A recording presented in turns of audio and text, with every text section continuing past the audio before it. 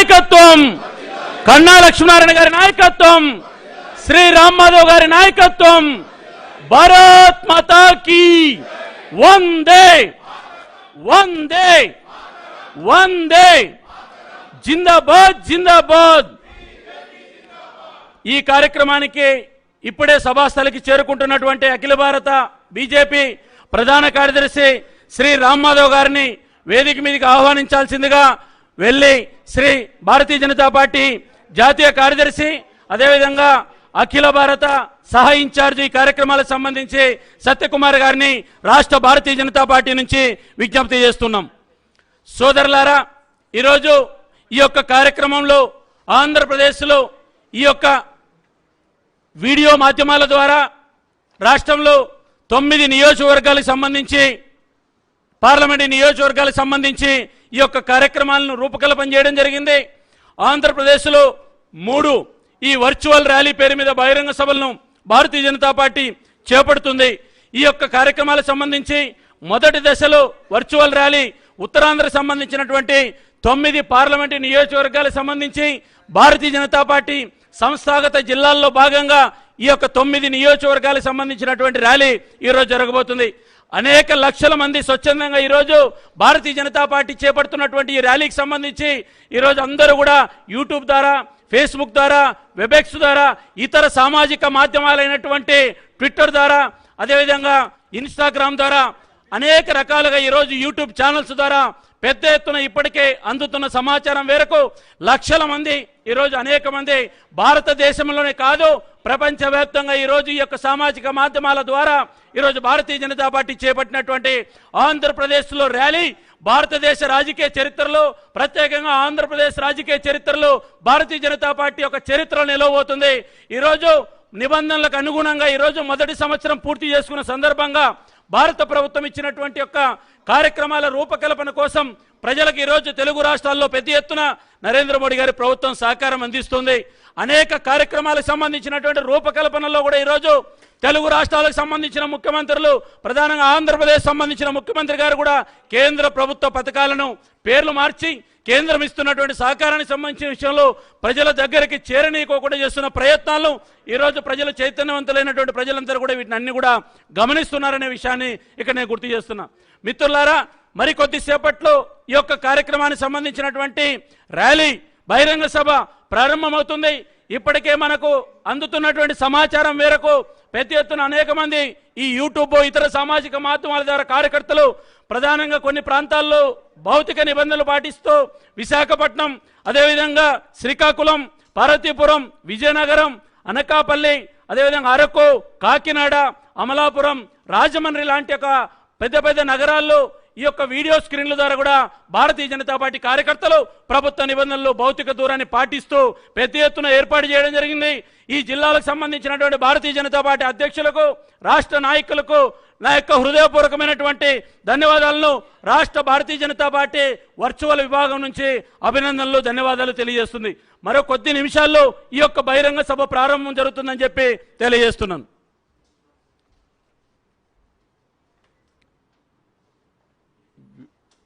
Video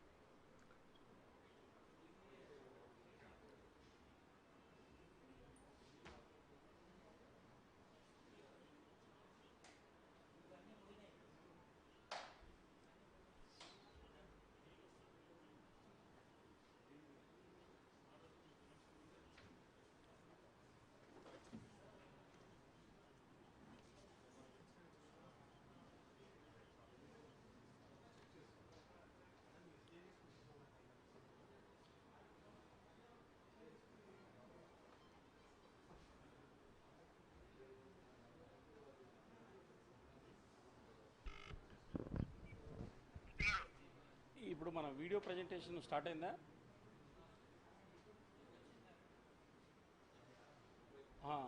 ఇప్పుడు మనం ఇది వీడియో టెలికాస్ట్ చేసేదానికే మరి ఇప్పుడు గెస్ట్లు అయితే రెడీగా ఉన్నారు, అందరూ రెడీగా ఉన్నారు.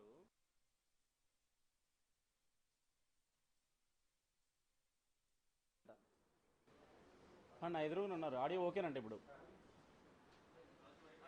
ఆడియో ఓకే అంట. వాళ్ళు పిలుస్తున్నా వేదిక మీదకి. ఆడియో ఓకేనా?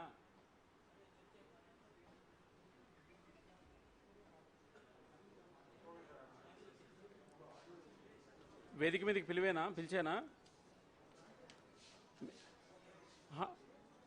మేము డయాస్ మీరు లైన్లో ఉండండి. ఆ సౌరభ్ మీరు లైన్లో ఉండండి. మధుకర్జీ అంటున్నా, మీరు ఈ ఫోన్ లైన్లో ఉండండి. మీరు చెప్పండి, పర్లేదు. పక్కనే ఉన్నారు వాళ్ళు ఇద్దరు, అందుకు మధుకర్జీ కూడా పక్కనే ఉన్నాడు. మీరు సౌరభ్ దగ్గర ఉన్నారు అది. మీరు లైన్లో ఉండండి మధుకర్జీ.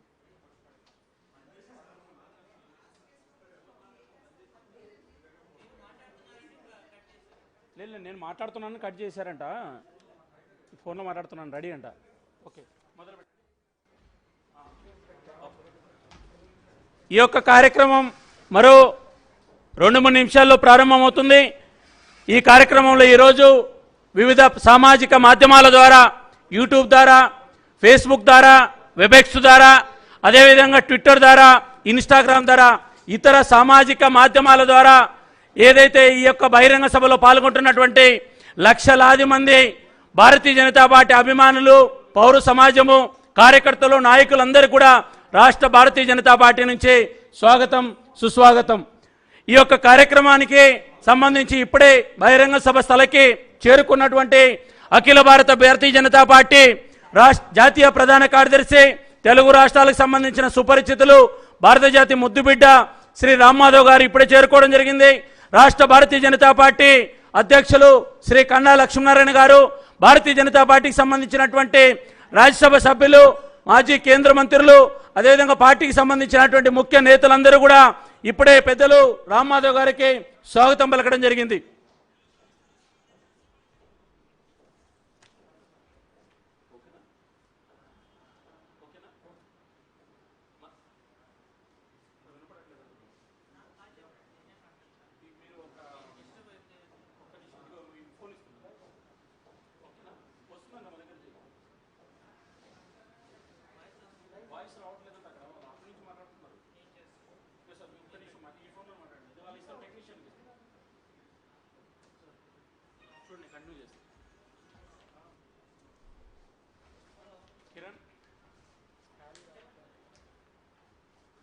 भारत माता की वंदे वंदे वंदे, जिंदाबाद जिंदाबाद जिंदाबाद जिंदाबाद, भारत माता की, भारत माता की, नरेंद्र मोदी गारी नायकत्वम, नरेंद्र मोदी गारी नायकत्वम, नरेंद्र मोदी गारी नायकत्वम, वंदे वंदे वंदे, भारत माता की, जिंदाबाद जिंदाबाद जिंदाबाद जिंदाबाद जिंदाबाद जिंदाबाद, भारत माता की वंदे.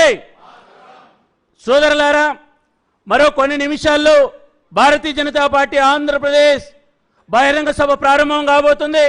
దీనికి సంబంధించి ఇప్పుడే సభాస్థలికి చేరుకున్నటువంటి అఖిల భారత భారతీయ జనతా పార్టీ ప్రధాన కార్యదర్శి రామ్మాధవ్ గారికి, అదేవిధంగా భారతీయ జనతా పార్టీ రాష్ట్ర అధ్యక్షులు కన్నా లక్ష్మీనారాయణ గారికి మీ అందరి తరపున హృదయపూర్వకమైనటువంటి స్వాగతం పలుకుతూ ఉన్నాం.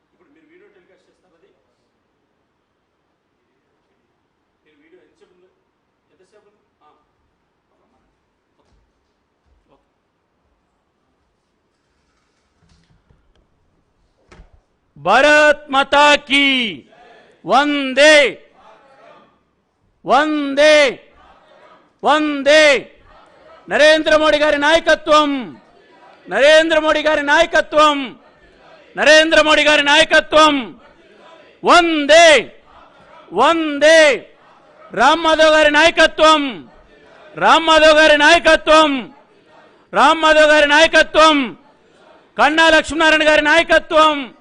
భారత్ మాతా కీ, భారత్ మాతా కీ. భారతీయ జనతా పార్టీ ఈరోజు అఖిల భారత భారతీయ జనతా పార్టీ దేశవ్యాప్తంగా చేపడుతున్నటువంటి ర్యాలీల్లో భాగంగా ఈరోజు ఆంధ్రప్రదేశ్ సంబంధించినటువంటి ఈ యొక్క వీడియో మాధ్యమాల ద్వారా భారతీయ జనతా పార్టీ చేపడుతున్నటువంటి యొక్క ర్యాలీ లక్షలాది మంది, అనేక మంది ఈ యొక్క కార్యకర్తలు, అభిమానులు, దేశ విదేశాల్లో ఉన్నటువంటి తెలుగు వాళ్ళందరూ కూడా ఈ యొక్క కార్యక్రమంలో అనుసంధానం కావడం, మీరందరూ కూడా ఈరోజు ఈ యొక్క ర్యాలీలో పాల్గొంటున్న సందర్భంగా రాష్ట్ర భారతీయ జనతా పార్టీ నుంచి మీ అందరికీ కూడా హృదయపూర్వకమైనటువంటి అభినందనలు, ధన్యవాదాలు తెలియజేస్తున్నాం. మిత్రులారా, ఈరోజు ఈ దేశంలో నరేంద్ర మోడీ గారు అధికారంలోకి వచ్చిన తర్వాత ఈ 6 సంవత్సరాల్లో గత 6 దశాబ్దాల కాలం అనేక సమస్యల పరిష్కారానికి సంబంధించిన విషయంలో నిర్లక్ష్యం వహించినటువంటి కాంగ్రెస్ ప్రభుత్వం, కాంగ్రెసేతర ప్రభుత్వాల్లో ప్రధానంగా ఈరోజు భారతీయ జనతా పార్టీ మాత్రమే ఈరోజు ఈ దేశంలో అనేక సమస్యల పరిష్కారానికి ఈరోజు ముందుకొచ్చింది. ఈరోజు కోవిడ్-19 కారణంగా ప్రపంచ దేశాలన్నీ కూడా ఈరోజు ఈ సమస్యను పరిష్కరించలేక అల్లాడుతున్న సందర్భంలో ఈ దేశంలో నరేంద్ర మోడీ గారు, భారతీయ జనతా పార్టీ, భారత ప్రభుత్వం తీసుకున్నటువంటి అనేక ముందస్తు చర్యల కారణంగా ఈరోజు వందే భారత్ పేరు మీద ప్రపంచ దేశాల్లో నిలిచిపోయినటువంటి వ్యక్తులను ఈరోజు భారతదేశానికి తీసుకురావడం జరిగింది. కాబట్టి మిత్రులారా, ఇంత చక్కటి పాలన సాగిస్తున్నటువంటి నరేంద్ర మోడీ గారు మొదటి సంవత్సరం పూర్తి చేసుకున్న సందర్భంగా నరేంద్ర మోడీ గారికి అభినందనలు తెలియజేస్తూ ఇప్పుడే సభాస్థలికి విచ్చేసినటువంటి అఖిల భారత భారతీయ జనతా పార్టీ జాతీయ ప్రధాన కార్యదర్శి పెద్దలు రామ్ మాధవ్ గారికి స్వాగతం, సుస్వాగతం. వారి వేదిక మీదకి రావాల్సిందిగా రాష్ట్ర భారతీయ జనతా పార్టీ నుంచి ఆహ్వానిస్తున్నాను. పెద్దలు కన్నా లక్ష్మీనారాయణ గారు, రాష్ట్ర భారతీయ జనతా పార్టీ అధ్యక్షులు, వారిని వేదిక మీదకి రావాల్సిందిగా కోరుతున్నాను. అదేవిధంగా ఈరోజు ఈ ర్యాలీలో శ్రీ సతీష్, భారతీయ జనతా పార్టీ జాతీయ సహ సంఘటన మంత్రి, ఈరోజు రాజస్థాన్ నుంచి పాల్గొంటున్నారు. వారికి కూడా స్వాగతం పలుకుతున్నాను. అదేవిధంగా సునీల్ దేదర్ గారు, భారతీయ జనతా పార్టీ జాతీయ కార్యదర్శి, ఆంధ్రప్రదేశ్ రాష్ట్ర వ్యవహారాల కో ఇన్ఛార్జ్, వీరు కూడా ఢిల్లీలో వారి నివాసం నుంచి పాల్గొంటున్నారు. వారికి కూడా స్వాగతం పలుకుతున్నాం. శ్రీ సత్యకుమార్ గారు, భారతీయ జనతా పార్టీ జాతీయ కార్యదర్శి, ఈ వర్చువల్ ర్యాలీకి సంబంధించి అఖిల భారత కో ఇన్ఛార్జ్, తెలుగు రాష్ట్రాలకు సంబంధించిన ప్రముఖులు, వారిని కూడా వేదిక మీదకి రావాల్సిందిగా సాధారణంగా ఆహ్వానిస్తున్నాం. శ్రీ జీవీఎల్ నరసింహరావు గారు, రాజ్యసభ సభ్యులు, భారతీయ జనతా పార్టీ జాతీయ అధికార ప్రతినిధి, వారు కూడా ఢిల్లీ నుంచి ఈరోజు ఈ ర్యాలీలో ఈ యొక్క వారి నివాసం నుంచి పాల్గొంటున్నారు. వారికి కూడా స్వాగతం పలుకుతున్నాం. శ్రీ పురంధరేశ్వరదేవ్ గారు, మాజీ కేంద్ర మంత్రివర్యులు, అఖిల భారత మహిళా మోర్చా ప్రభారి, కర్ణాటక రాష్ట్ర కో ఇన్ఛార్జ్ శ్రీ పురంధరేశ్వరదేవ్ గారిని వేదిక మీదకి రావాల్సిందిగా ఆహ్వానిస్తున్నాను.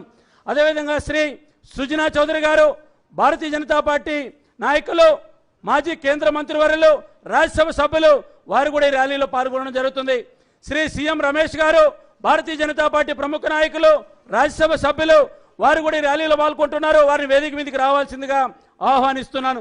అదేవిధంగా శ్రీ కె హరిబాబు గారు, మాజీ పార్లమెంట్ సభ్యులు, భారతీయ జనతా పార్టీ మాజీ రాష్ట్ర అధ్యక్షులు, భారతీయ జనతా పార్టీ జాతీయ కార్యవర్గ సభ్యులు, వారు విశాఖపట్నం నుంచి ఈ ర్యాలీలో పాల్గొంటున్నారు.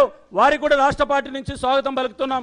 శ్రీ టీజీ వెంకటేష్ గారు, భారతీయ జనతా పార్టీ రాష్ట్ర నాయకులు, రాజ్యసభ సభ్యులు, వారు కూడా ఈ ర్యాలీలో పాల్గొంటున్నారు. వారి నివాసం నుంచి వారికి కూడా స్వాగతం పలుకుతున్నాం. శ్రీ సోమ్ వీర్రాజు గారు, శాసనమండలి సభ్యులు, భారతీయ జనతా పార్టీ ప్రముఖ నాయకులు, బీజేపీ జాతీయ కార్యవర్గ సభ్యులు, వారు విజయవాడలో నుండి ఈరోజు భారతీయ జనతా పార్టీ వర్చువల్ ర్యాలీ వేదిక నుంచి పాల్గొంటున్నారు. వారికి కూడా స్వాగతం పలుకుతున్నాం. శ్రీ పి మాణిక్యాలరావు గారు, మాజీ మంత్రివర్యులు, భారతీయ జనతా పార్టీ నరేంద్ర మోడీ గారి నేతృత్వంలో మొదటి సంవత్సరం కార్యక్రమాలకు సంబంధించి రాష్ట్ర ప్రభారి, బీజేపీ రాష్ట్ర ప్రధాన కార్యదర్శి, వారు విజయవాడ నుంచి వేదిక నుంచి పాల్గొంటున్నారు. వారికి కూడా స్వాగతం పలుకుతున్నాం. శ్రీ పివిఎన్ మాధవ్ గారు, శాసనమండలి పక్ష నేత, అదేవిధంగా శాసనమండలి సభ్యులు, విశాఖపట్నం నుంచి వారు పాల్గొంటున్నారు. వారికి కూడా భారతీయ జనతా పార్టీ నుంచి స్వాగతం పలుకుతున్నాం.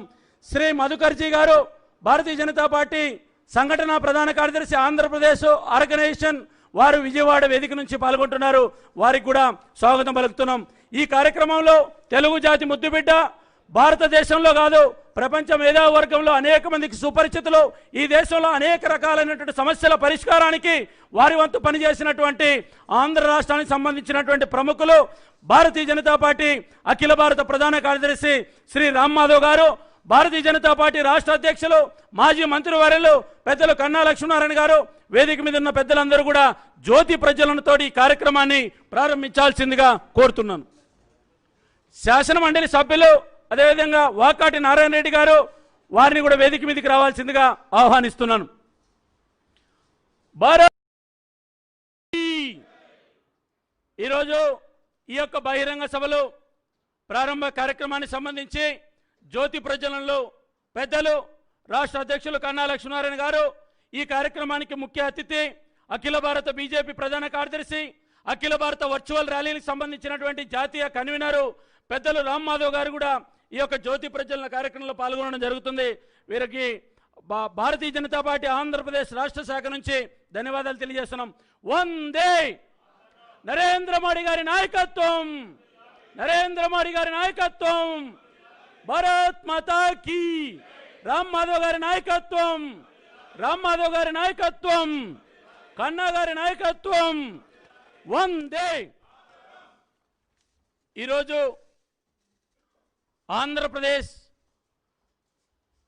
రాష్ట్ర కమిటీ నుంచి ఈ వర్చువల్ ర్యాలీకి సంబంధించి రాష్ట్రంలో జరిగేటువంటి 3 ర్యాలీలకు సంబంధించి మొదటి ర్యాలీ శ్రీకాకుళం, పార్వతీపురం, విజయనగరం, విశాఖపట్నం, అనకాపల్లి, అరకు, కాకినాడ, అమలాపురం, రాజమండ్రికి సంబంధించినటువంటి 9 పార్లమెంటు నియోజకవర్గాలకు సంబంధించినటువంటి ర్యాలీలో ఈరోజు కార్యకర్తలందరూ కూడా అభిమానులు, అనేక మంది తెలుగు రాష్ట్రాలకు సంబంధించినటువంటి వ్యక్తులు, ప్రపంచవ్యాప్తంగా ఉన్నటువంటి అనేక మంది నరేంద్ర మోడీ గారి అభిమానులు, పార్టీ సానుభూతి పరులు పాల్గొనడం జరుగుతుంది. నరేంద్ర మోడీ గారు రెండోసారి అధికారంలోకి వచ్చిన తర్వాత ఈరోజు భౌతిక నిబంధనలు పాటించి ఈ యొక్క ర్యాలీలను అనేక మంది లక్షల మంది కార్యకర్తలను వివిధ సామాజిక మాధ్యమాల ద్వారా, సోషల్ మీడియాలో ప్రధానంగా ఫేస్బుక్, ట్విట్టర్, ఇన్స్టాగ్రాము, యూట్యూబ్, అదేవిధంగా భారతీయ జనతా పార్టీ బీజేపీ రాష్ట్ర వెబ్సైటు, జాతీయ వెబ్సైటు, అదేవిధంగా ఇతర మాధ్యమాల ద్వారా ఈరోజు కనెక్ట్ అవుతున్నారు. రాష్ట్ర భారతీయ జనతా పార్టీ చేపట్టినటువంటి కార్యక్రమాలు, 1 సంవత్సరం నరేంద్ర మోడీ గారికి సంబంధించినటువంటి ఈ యొక్క పాంప్లెట్లు రాష్ట్రంలో జనజాగరణకు సంబంధించి దాన్ని ఆవిష్కరించాల్సిందిగా అఖిల భారత బీజేపీ ప్రధాన కార్యదర్శి రామ్ మాధవ్ గారిని, కన్నా లక్ష్మీనారాయణ గారిని, వేదిక మీద ఉన్న పెద్దలను ఆహ్వానిస్తున్నాను. దాన్ని లాంఛనంగా ప్రారంభించాల్సిందిగా కోరుతున్నాను.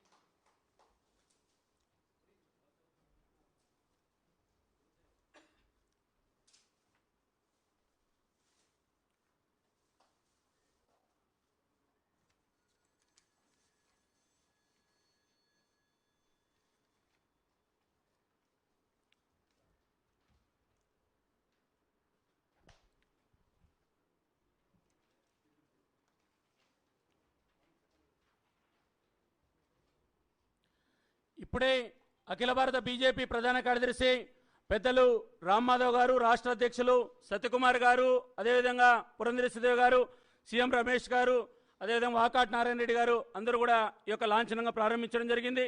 ఇప్పుడు ఈ కార్యక్రమంలో ముఖ్య అతిథిగా సమయం ఇచ్చినటువంటి అఖిల భారత ప్రధాన కార్యదర్శి రామ్ మాధవ్ గారిని రాష్ట్ర బీజేపీ అధ్యక్షులు కన్నా లక్ష్మీనారాయణ గారు మెమంటో తోటి సత్కరించాల్సిందిగా కోరుతున్నాను.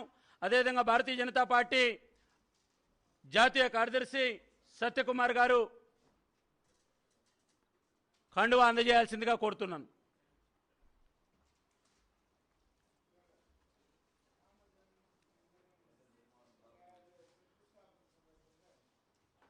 ఈరోజు 100 సంవత్సరాల కోరిక కలైనటువంటి అయోధ్యలో రామమందిర నిర్మాణానికి సంబంధించినటువంటి ప్రారంభమైన సందర్భంగా రామమందిర నిర్మాణానికి సంబంధించినటువంటి రాముడి ఫోటోను పెద్దలు రామ్ మాధవ్ గారికి కన్నా లక్ష్మీనారాయణ గారు అందజేస్తున్నారు.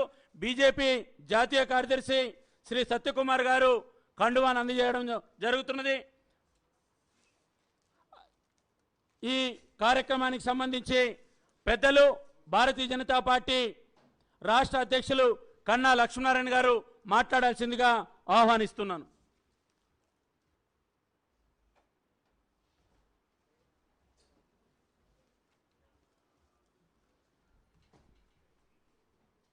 ఈ వర్చువల్ ర్యాలీస్కి సంబంధించి రాష్ట్ర కన్వీనర్గా ఉన్నటువంటి భారతీయ జనతా పార్టీ రాష్ట్ర ఉపాధ్యక్షులు విష్ణువర్ధన్ రెడ్డి గారు, పెద్దలు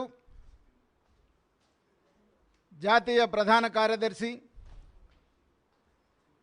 జాతీయ స్థాయిలో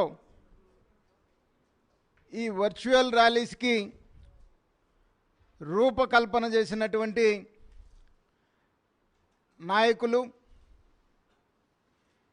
ఈ రోజున ఆంధ్ర రాష్ట్రంలో జరుగుతున్నటువంటి వర్చువల్ ర్యాలీ ఏదైతే ఉత్తరాంధ్రలో ఉన్నటువంటి 9 జిల్లాలకు సంబంధించినటువంటి ఈ ర్యాలీలో ఈనాటి ముఖ్య అతిథిగా పాల్గొన్నటువంటి పెద్దలు రామ్మాధవ్ గారు, భారతీయ జనతా పార్టీ జాతీయ joint organisation general secretary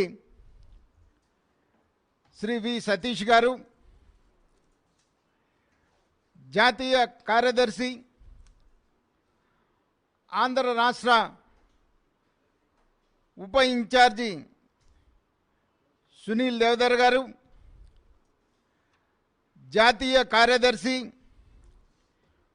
virtual ర్యాలీస్కి జాతీయ స్థాయిలో కో ఇన్ఛార్జిగా ఉన్నటువంటి సత్యకుమార్ గారు, జాతీయ స్పోక్స్ పర్సన్ రాజ్యసభ సభ్యులు జీవీఎల్ నరసింహారావు గారు,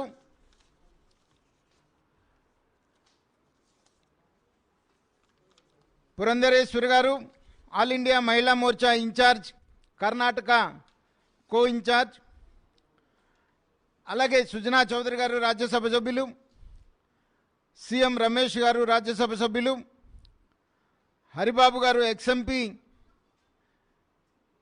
రాష్ట్ర భారతీయ జనతా పార్టీ మాజీ అధ్యక్షులు, టీజీ వెంకటేష్ గారు రాజ్యసభ సభ్యులు, సోము వీర్రాజు గారు ఎమ్మెల్సీ గారు నేషనల్ ఎగ్జిక్యూటివ్ మెంబర్, మాణిక్యాలరావు గారు ఎక్స్ మినిస్టర్ రాష్ట్ర ప్రధాన కార్యదర్శి, పివిఎన్ మాధవ్ ఎమ్మెల్సీ, అలాగే మధుకర్ గారు స్టేట్ ఆర్గనైజేషన్ జనరల్ సెక్రటరీ. ఈరోజు ఈ వర్చువల్ ర్యాలీ ద్వారా దేశ ప్రధానమంత్రి నరేంద్ర మోదీ గారు ఎన్డీఏ 2లో 1 సంవత్సర కాలం పూర్తి చేసుకున్న సందర్భంగా ఈ సంవత్సర కాలంలో వారు చేసినటువంటి అచీవ్మెంట్స్, అభివృద్ధి, ఈ కార్యక్రమాల గురించి భారతీయ జనతా పార్టీ దేశమంతా కూడా ఈ వర్చువల్ ర్యాలీస్ ద్వారా ఎక్కువ మందికి మరి తెలియజేసేటువంటి దాంట్లో భాగంగా ఈ రోజున ఈ కార్యక్రమం చేపట్టడం జరిగింది. కోవిడ్-19 సందర్భంగా ఉత్సవాలు అయితే జరుపుకోలేము, కానీ ప్రధానంగా నరేంద్ర మోడీ గారు చేసినటువంటి అచీవ్మెంట్స్, అభివృద్ధి భారతదేశంలో ఎక్కువ మందికి చేర్చేదానికి ప్రధాన ఉద్దేశం ఈ వర్చువల్ ర్యాలీస్ యొక్క ఉద్దేశం. 2014లో ఈ దేశాన్ని ప్రధాని అయితే అవినీతి రహిత అభివృద్ధి సంక్షేమ కార్యక్రమాలు ప్రధానంగా చేస్తానని చెప్పేసి అప్పుడు యూపీఏ ప్రభుత్వం అవినీతిలో కూరుకుపోయి ఉంది. రోజుకొక స్కామ్ బయటపడుతున్నటువంటి పరిస్థితిలో నరేంద్ర మోదీ గారు ప్రధానమంత్రి అయితే ఈ దేశం అభివృద్ధి చెందుతుందనేటువంటి ఉద్దేశంతో 14లో ఎన్డీఏకి అవకాశం ఇచ్చినటువంటి పరిస్థితి భారతదేశంలో ఉన్నటువంటి ప్రజలు. ఎన్డీఏ తరపున ప్రధానిగా, మొట్టమొదటి ప్రధానిగా ప్రమాణ స్వీకారం చేస్తూ అధికారంలోకి వస్తే ప్రధాన సేవకుడుగా ఉంటానని చెప్పేసి ఏదైతే ఆయన చేసి పార్లమెంట్లో కాలు పెట్టారో ఆ రోజు నుంచి ఈ రోజు వరకు కూడా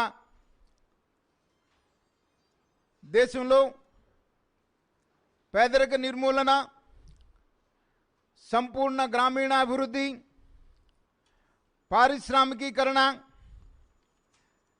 జాతీయత, దేశ భద్రత అనేటువంటి ప్రధాన అంశాల మీద అనేక చారిత్రాత్మక కార్యక్రమాలు తీసుకున్నటువంటి మాట మీకు అందరికీ గుర్తుండే ఉంటుంది.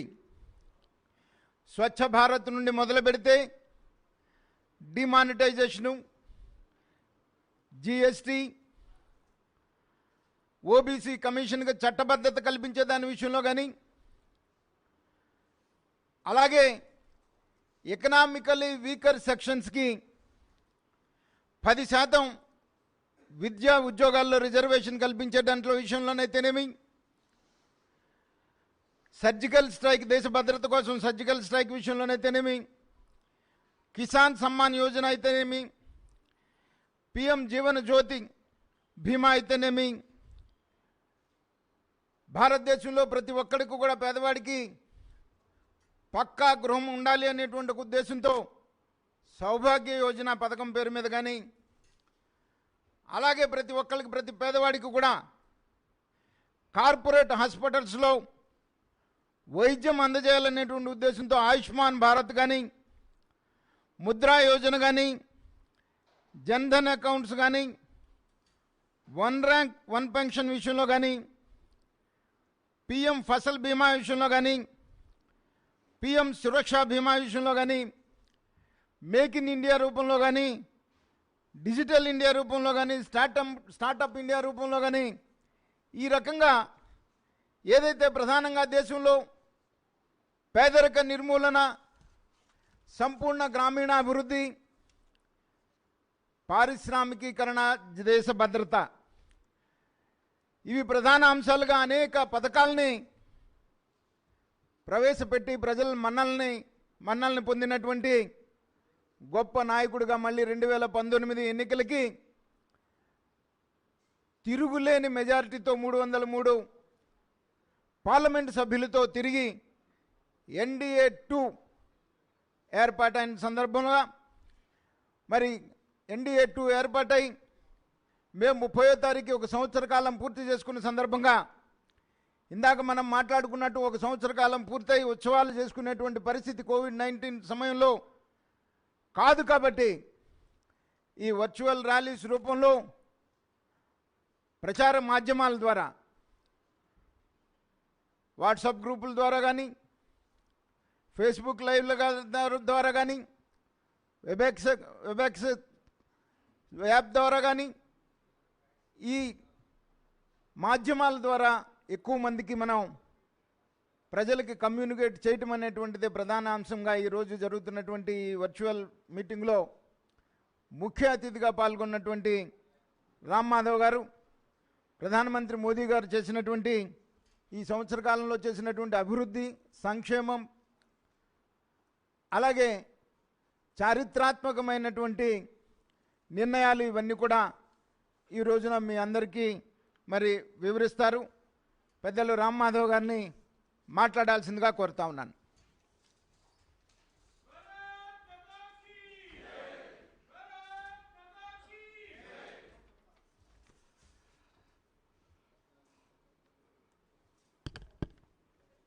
భారతీయ జనతా పార్టీ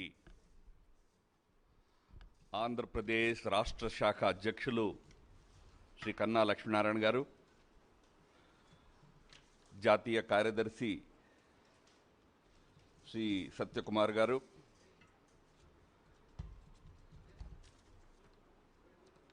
ఈనాటి కార్యక్రమంలో వేదికను అలంకరించిన ఇతర సీనియర్ నాయకులు, సీఎం రమేష్ గారు, పురంధరేశ్వర్ గారు, అదేవిధంగా వేర్వేరు ప్రదేశాల నుంచి ఈ కార్యక్రమంలో పాల్గొంటున్న సీనియర్ నాయకులు శ్రీ సతీష్ జీ, శ్రీ సునీల్ దేవధర్జీ, శ్రీ జీవీఎల్ నరసింహారావు గారు, ఇతర రాష్ట్ర నాయకులు, పార్టీ కార్యకర్తలు ఈ వర్చువల్ ర్యాలీలో పాల్గొంటున్న 9 పార్లమెంటు నియోజకవర్గాలకు చెందినటువంటి వేలాది మంది ప్రజలు, సోదరులు, సోదరీమణులు అందరికీ నా నమస్కారం. కోవిడ్ మహమ్మారి ప్రపంచం మొత్తాన్ని అతలాకుతలం చేస్తున్న సమయం ఇది. ఈ సమయంలో మీరందరూ కూడా సొంత ఆరోగ్యం విషయంలో తగిన జాగ్రత్తలు వహిస్తున్నారని భావిస్తాను. అదేవిధంగా ప్రభుత్వము, వైద్యులు, నిపుణులు చెప్పినటువంటి సలహాలని పాటిస్తూ మన ఆరోగ్యమే కాకుండా మన చుట్టుపక్కల వారి, మన కుటుంబపు, మన ఊరు, మన రాష్ట్రము, సమాజం యొక్క ఆరోగ్యం కోసం కూడా తగిన జాగ్రత్తలు తీసుకుంటూ ఒక క్రమశిక్షణాయుతమైన పద్ధతిలో ఈ కఠిన సమయంలో మనందరము వ్యవహరిస్తూ ఉంటామని ఆశిస్తున్నాను. మోదీ గారి ప్రభుత్వము 6 సంవత్సరాల పరిపాలన కాలాన్ని పూర్తి చేసుకున్న సందర్భంగా, అదేవిధంగా రెండో విడత ప్రభుత్వం ఏదైతే 2019లో అతిపెద్ద మెజారిటీతో అధికారంలోకి వచ్చిందో, ఆ ప్రభుత్వము 1 సంవత్సరం యొక్క పరిపాలనా కార్యక్రమాలను పూర్తి చేసుకున్న సందర్భంగా ఈ వర్చువల్ ర్యాలీస్ అనే కార్యక్రమాన్ని భారతీయ జనతా పార్టీ చేపట్టడం జరిగింది. మామూలు పరిస్థితులు ఉన్నట్లయితే ప్రభుత్వం యొక్క పని గురించి, చేసిన మంచి పనుల గురించి, చేసినటువంటి సేవ గురించి ప్రజలకు చెప్పేందుకు పెద్ద పెద్ద ర్యాలీలు కానివ్వండి, ఇతర కార్యక్రమాలు కానీ చేపట్టి పార్టీ కార్యకర్తలు ఊరూరికి వెళ్ళేవారు. కానీ కోవిడ్ పరిస్థితులు దేశవ్యాప్తంగా ఉన్న కారణంగా ఏడాది కార్యక్రమాల గురించి ఎటువంటి సంబరాలు, ఉత్సవాలు జరుపుకోకుండా కేవలము ప్రజల ముందు ఒక రిపోర్ట్ కార్డు ఉంచాలి, ప్రభుత్వము ప్రజల పట్ల తన యొక్క జవాబుదారీతనం ఏదైతున్నదో దాన్ని ప్రదర్శించుకోవాలి,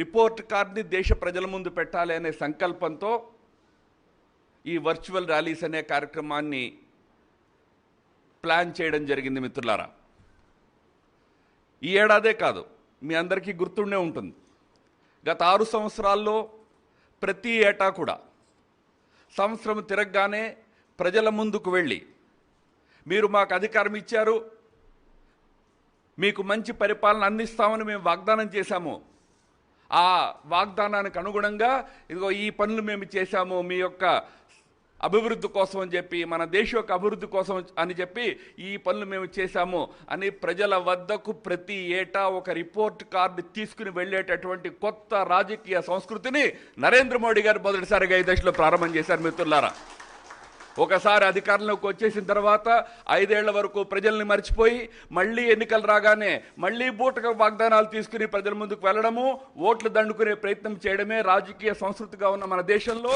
మొదటిసారిగా ఏడాదికి ఏడాది ప్రజల ముందుకు వెళ్ళి ఇది మేము చేసిన పని, ఇందులో సరైన ఉంటే సమర్థించండి, ఇంకేమైనా కావాలంటే అడగండి అని చెప్పి ఒక బాధ్యతాయుతమైన రాజకీయ పరంపరని, సంస్కృతిని మనం నిర్మాణం చేశాం. అందులో భాగంగా ఇవాళ ప్రజల ముందుకు మళ్ళీ మనం వెళ్తూ ఉన్నాం. తెలుసు పరిస్థితులు కఠినంగా ఉన్నాయి, అందుకనే పండుగలు జరుపుకోవట్లే, సంబరాలు జరుపుకోవట్లే, ఏడాది ఉత్సవాలు జరపడంలే. కఠిన పరిస్థితుల్లో కూడా రిపోర్ట్ కార్డు ప్రజల ముందు పెట్టేందుకు ప్రయత్నం ఇవాళ మనం చేస్తూ ఉన్నాం. ఇందాక రాష్ట్ర అధ్యక్షులు చెప్పారు, ఈ ఏడాది పరిపాలన కానివ్వండి, అంతకుముందు 5 సంవత్సరాల పరిపాలన కానివ్వండి, ఈ 6 ఏళ్ల మోదీ గారి పరిపాలన యొక్క 2 ముఖ్యమైనటువంటి అంశాలు దేశము, ప్రపంచము అందరూ చూశారు. ఒకటి, అనేక దశాబ్దాల తరువాత, అనేక సంవత్సరాల తరువాత భారతదేశంలో అవినీతి రహితమైనటువంటి ఒక స్వచ్ఛమైన పరిపాలనని మోడీ గారి ప్రభుత్వం గత 6 సంవత్సరాలుగా అందించింది. మిత్రులారా, మరోవైపు అభివృద్ధే పరమావధిగా, ప్రోగ్రెస్ అండ్ డెవలప్మెంట్ మంత్రముగా పరిపాలనను సాగిస్తూ కొత్త పోకడలతో దేశాన్ని ముందుకు తీసుకెళ్ళిపోతున్నటువంటి ప్రభుత్వం మోదీ గారి ప్రభుత్వం. ఇవాళ సంవత్సర కాలం తర్వాత ప్రజల ముందు నిలబడి గర్వంతో మనం చెప్పుకోగలిగేది మరొక సంవత్సరము అదే క్యారెక్టర్ని మేము ప్రజల ముందు మళ్ళీ పరిచయం చేశాము. బీజేపీ మోదీ గారి ప్రభుత్వం అంటే అవినీతి లేని స్వచ్ఛమైన పరిపాలన, అభివృద్ధి, ప్రజల సేవే పరమావధిగా కలిగిన పరిపాలన అనే విషయాన్ని మరో ఒకసారి మనం నిరూపణ చేశాం ఈ రోజున. మిత్రులారా, ఏడాది కాలం చాలామందికి పూర్తయింది. 6 ఏళ్ళు ఆంధ్రప్రదేశ్ కూడా పూర్తయినాయి. 6 ఏళ్లలో ఆంధ్రప్రదేశ్లో 2 ప్రభుత్వాలు వచ్చినాయి. మొదటి ప్రభుత్వంలో భారతీయ జనతా పార్టీ కూడా కొంతకాలం పాటు భాగస్వామిగా ఉన్నది. 3 ఏళ్ళు తిరగగానే చంద్రబాబు నాయుడు గారికి మరి ఎందుకని బీజేపీతో కలిసి సాగడం నచ్చలేదో, మరి ఏ అంబిషనో, మరి ఏ అత్యాసో మనకి తెలియదు, కానీ ప్రధానమంత్రి పదవి ఆశ కనిపించిందో, మరేక రాజకీయ లాభం కనిపించిందో కానీ భారతీయ జనతా పార్టీని మధ్యలోనే వదిలిపెట్టి నేనే నడుపుకుంటాను ఆంధ్రప్రదేశ్ని అని చెప్పి తనంతట తాను రాష్ట్రాన్ని నడిపించే ప్రయత్నం చేశారు. ఏడాది క్రితం జరిగిన ఎన్నికల్లో ఆంధ్రప్రదేశ్ ప్రజలు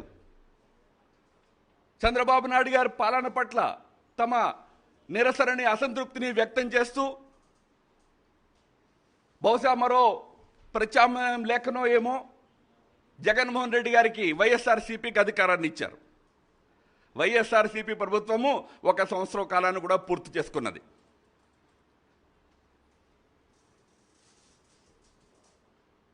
పుట్టినరోజు నాడు కనిపిస్తే 100 ఏళ్ళు చల్లగా ఉండవయా అని నార్మల్గా అందరం అంటాం.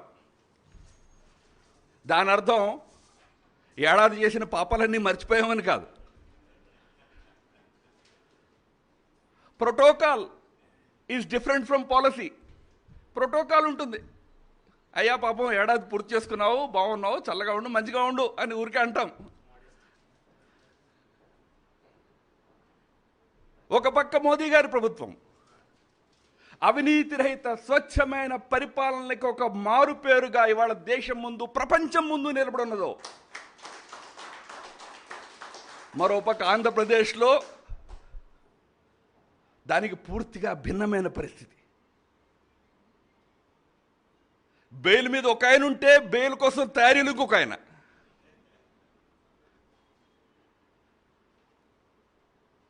ఒకవైపు మోదీ గారి ప్రభుత్వం ప్రోగ్రెస్ మంత్రంతో వెళ్తూ ఉంటే ఆంధ్రప్రదేశ్లో రివర్స్ మంత్రం. అన్నీ రివర్సే. రాజధానితో మొదలైంది రివర్స్.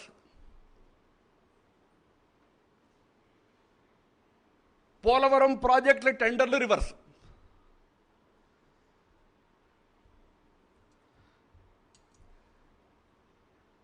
మీకు గుర్తుండే ఉంటుంది, అధికారంలోకి వస్తే ప్రొహిబిషన్ చేస్తామని చెప్పారు. మద్యపాన నిషేధము, దాంట్లో రివర్స్. కొత్త బ్రాండులతో మద్యం ప్రవహిస్తున్నది ఆంధ్రప్రదేశ్లో. తిరుమల దేవాలయ భూముల్ని, ఆస్తుల్ని అమ్మేసే ప్రయత్నం చేశారు. ప్రజలు రివర్స్ అయ్యారు. మళ్ళీ అక్కడ రివర్స్.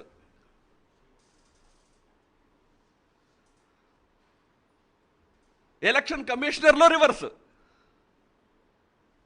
బహుశా 60 సార్లు వారానికి ఒకసారి హైకోర్టు నుంచి మొట్టికాయ తిన్న ప్రభుత్వం దేశంలో ఇంకెక్కడా లేదు.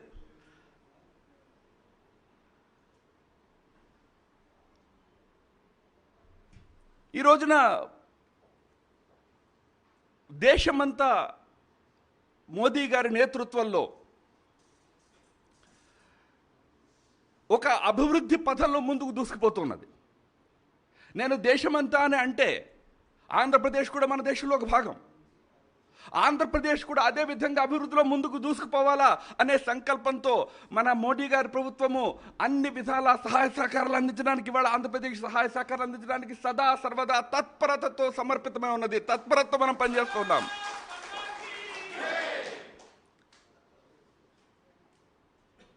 ట్యాక్స్ రేషియోలో ఆంధ్రప్రదేశ్కి 41% వాటా కింద దాదాపు 35,000 కోట్ల రూపాయల రెవెన్యూ రావాల్సి ఉన్నది. గత ఏడాదిగా వైఎస్ఆర్సీపీ పుణ్యమాని ఆంధ్రప్రదేశ్ ప్రభుత్వంలో ట్యాక్స్ రెవెన్యూ పెరగలేదు కదా, ఉల్టా తగ్గిపోయింది. పుండు మీద కారంలాగా ఇప్పుడు కోవిడ్ సమస్య వచ్చింది. కోవిడ్ సమస్య కారణంగా రాష్ట్ర ప్రభుత్వం, దేశము అందరి యొక్క రెవెన్యూ తగ్గింది.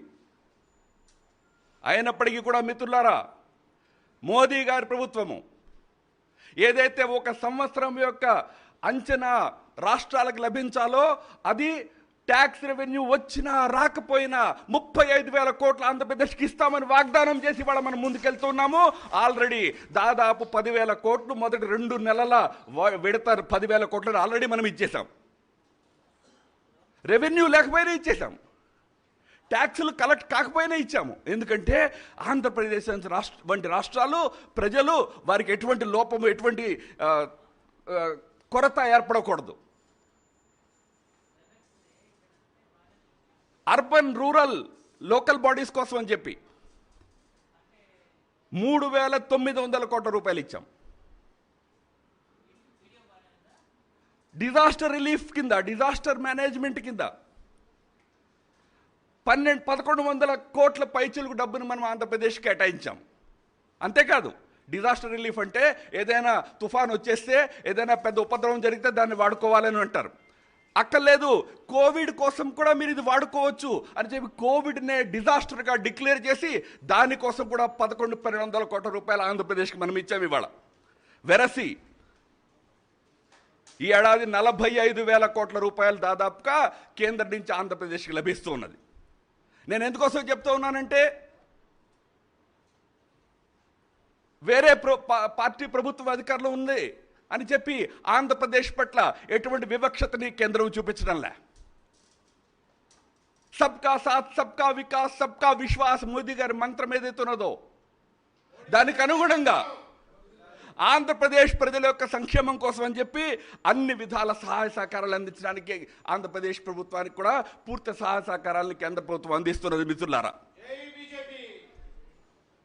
ఇవాళ కేవలం ఆంధ్రప్రదేశ్ మాత్రమే కాదు, నేను చెప్పినట్టుగా దేశం మొత్తంలో సామాన్య ప్రజలు, పేద ప్రజలు వారి యొక్క అభివృద్ధి కోసం అని చెప్పి, ముఖ్యంగా ఈ కోవిడ్ మహమ్మారి ప్రభావానికి లోనే ఇబ్బందులు, ఇక్కట్లు పడుతున్నటువంటి సామాన్య ప్రజలు, పేద ప్రజల కోసం అని చెప్పి అనేక రకాలైనటువంటి పథకాలను తీసుకుని కేంద్ర ప్రభుత్వం ముందుకు వచ్చింది.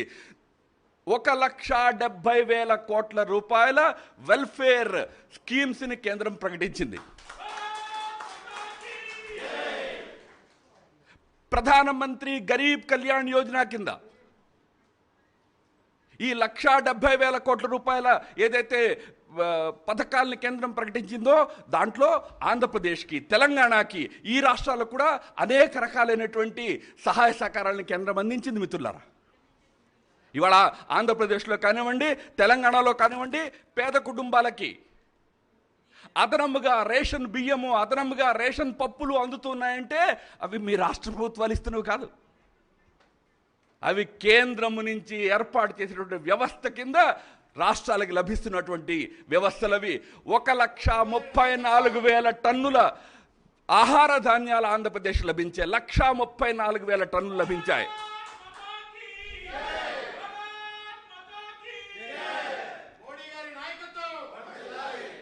పిఎం కిసాన్ యోజన కింద రైతన్నలకి అందుబాటులో సహాయపడే విధంగా ఏదైతే పిఎం కిసాన్ యోజనలో ప్రతి సంవత్సరము 6,000 రూపాయలు ఇచ్చేటటువంటి ఏర్పాటుని మోదీ గారు చేశారు, అదే ఏర్పాటు కింద ఇవాళ అన్ని రాష్ట్రాలకి కూడా ఆల్రెడీ 4,000 రూపాయలు పంపించడం జరిగింది. మరొక 2,000 రూపాయలు ఈ జూన్ మాసంలో మళ్ళీ పోబోతున్నాయి. గతంలో చంద్రబాబు నాయుడు గారు దీన్ని అన్నదాత సుఖీభవ అని తన పేరుతో నడుపుకునేవారు. ఇప్పుడు నేను విన్నాను, జగన్మోహన్ రెడ్డి గారి నాయకత్వంలో వైఎస్ఆర్ రైతు భరోసా అని చెప్తూ ఉన్నారు. గట్టిగా కేంద్రం అడిగింది కాబట్టి దాంతో పాటు చూడించారు పిఎం కిసాన్ అని. ఇవాళ నేను పేపర్లో చదివిన 5,500 రూపాయలు ఇస్తున్నారని, దాంట్లో 4,000 అయితే మేము ఇచ్చినవే. మేమిచ్చామా మీరిచ్చారా అనే రాజకీయం కోసం నేను చెప్పడంలే. కేంద్రము రాష్ట్రానికి, ఆంధ్రప్రదేశ్కి అన్ని విధాలా సహకరించడానికి సిద్ధంగా ఉన్నది. ఆంధ్ర ప్రభుత్వం చేయలేకపోయినా కూడా కేంద్రం ముందుకు వచ్చి చేయడానికి సిద్ధంగా ఉన్నదని చెప్పడం కోసం అని చెప్పి నేను ఈ ఉదాహరణ మీకు ఇస్తున్నాను మిత్రులారా. ఇవాళ ఇదే విధంగా మొత్తం దేశంలో పేద ప్రజల కోసం అని చెప్పి, ముఖ్యంగా కోవిడ్ ప్రభావంలో చిక్కుకున్న ప్రజల కోసం అని చెప్పి అనేక రకాల పథకాలను మనం తీసుకుని ముందుకు వచ్చాం.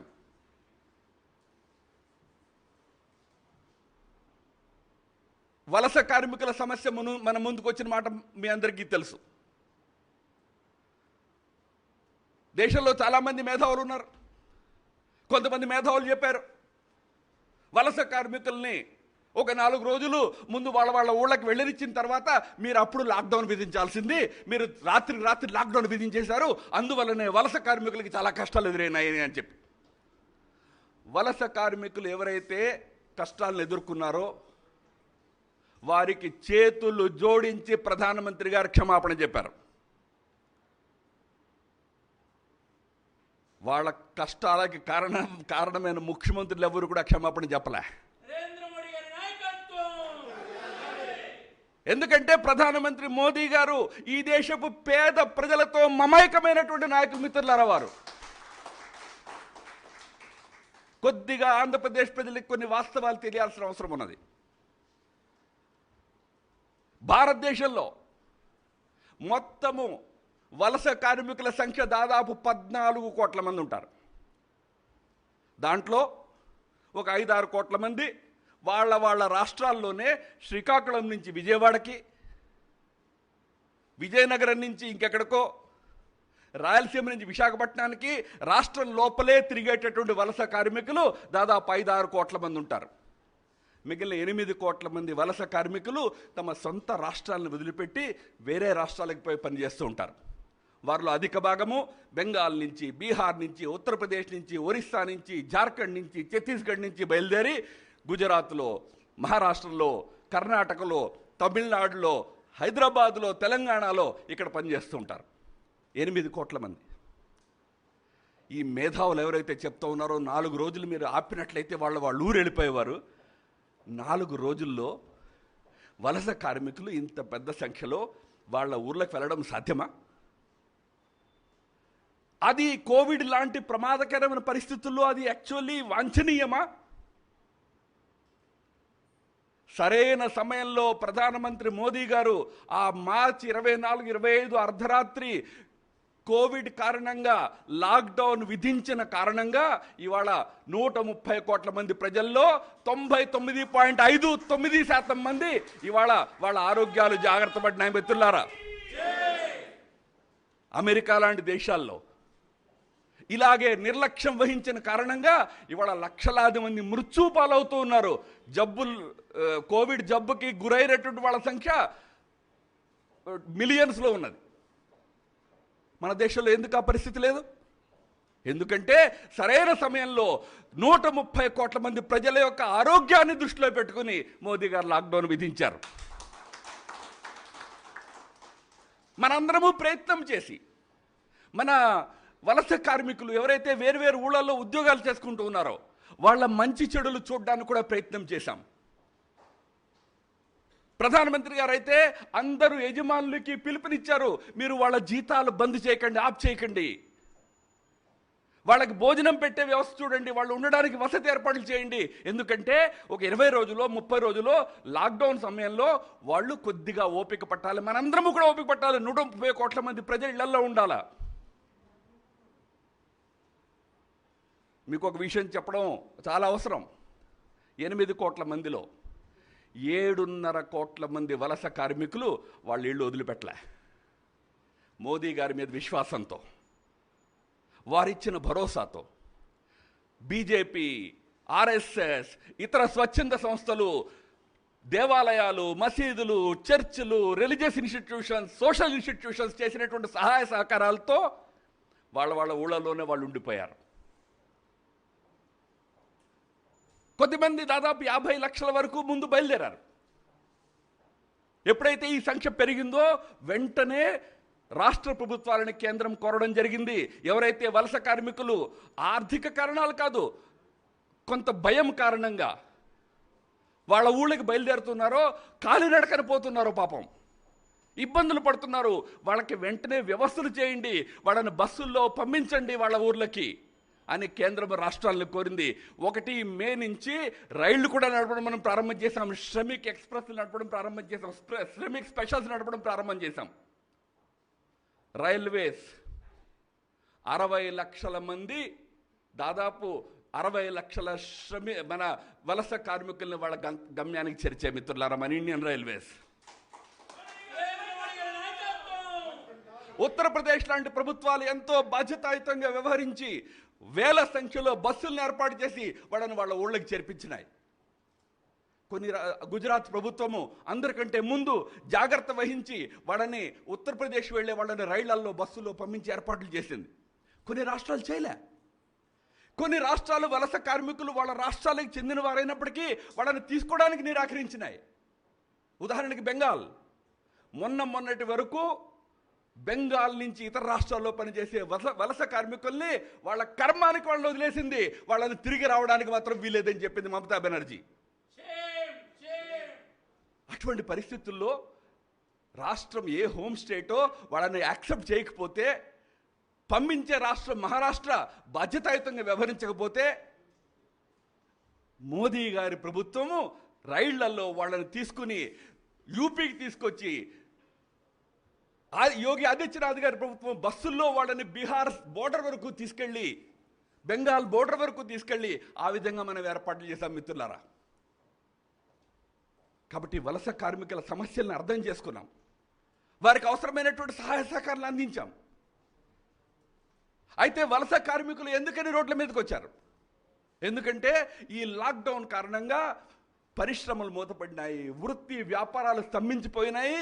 భవిష్యత్ ఏమవుతుందో, మరి ఆకలితో జీతం లేక అవస్థలు పడాల్సి వస్తుందేమో, ఎందుకు వచ్చిందిలే మన ఊరికి వెళ్ళిపోదామని. ఆ సమస్యని అధిగమించడం కోసం అని చెప్పి మన ఆర్థిక మంత్రి నిర్మలా సీతారామన్ గారు 2వ విడత ప్యాకేజ్, ఏదైతే 20 లక్షల కోట్ల రూపాయల ప్యాకేజ్ ప్రధానమంత్రి గారు మార్గదర్శనంలో విడుదల చేశారో, దాంట్లో 1,00,000 కోట్ల రూపాయలు మనం అగ్రికల్చర్ ఇన్ఫ్రాస్ట్రక్చర్ కోసం అని ఇచ్చాం. 1,00,000 కోట్లు. అది కూడా ఎందుకు ఇచ్చాం? మన దేశంలో 44% ఎవరైతే కార్మికులు ఉన్నారో, వర్కర్స్ ఉన్నారో, వారి యొక్క ఉద్యోగాలు అగ్రికల్చర్ మీద ఆధారపడి ఉన్నాయి, వ్యవసాయం మీద ఆధారపడి ఉన్నాయి. ఆ రంగం సరిగ్గా నడవాలా, అందుకోసం చెప్పి 1,00,000 కోట్లు ఇచ్చాము. సో దట్ ఎవరైతే వాళ్ళ ప్రదేశాల్లో ఉన్నారో వాళ్ళు ఉపాధిని కోల్పోకుండా తమ జీవితాలను కొనసాగించగలుగుతారని. అదేవిధంగా మిగిలిన వారిలో 70% మీడియం ఇండస్ట్రీ, స్మాల్ ఇండస్ట్రీ, ఎంఎస్ఎంఈల మీద ఆధారపడి ఉంటారు. ఎంఎస్ఎంఈల కోసమని 4 లక్షల కోట్ల రూపాయల ప్యాకేజీని మనం ప్రకటించాం మిత్రులారా. ఎంఎస్ఎంఈలు నడిచినట్లయితే, మళ్ళీ వాళ్ళ కళ మీద ఎంఎస్ఎంఈలు మళ్ళీ నిలబడినట్లయితే, అగ్రికల్చర్ వ్యవసాయ రంగం తిరిగి నిలబడినట్లయితే, ఈ వలస కార్మికులు, ఇతరులు, పేదలు, వ్యవసాయదారులు, రైతులు, చిన్న వ్యాపారస్తులు అందరూ కూడా తిరిగి తమ కాళ్ళ మీద తాము నిలబడగలుగుతారు. అందుకోసం అని చెప్పి మనం ఈ వ్యవస్థలు చేసినాం. మన ప్రతిపక్షాలు వాళ్ళు చెప్తున్నారు, మీరేం చేశారు 7,000 రూపాయలు జేబుల్లో పెట్టేయాల్సింది అని. ఆ ప్రతిపక్ష నాయకులకి నేను ఒక తోడా సమజ్దారీ కమాయ్, కొద్దిగా నాలెడ్జ్ అభావం వాళ్ళకి చెప్పదలుచుకున్నా.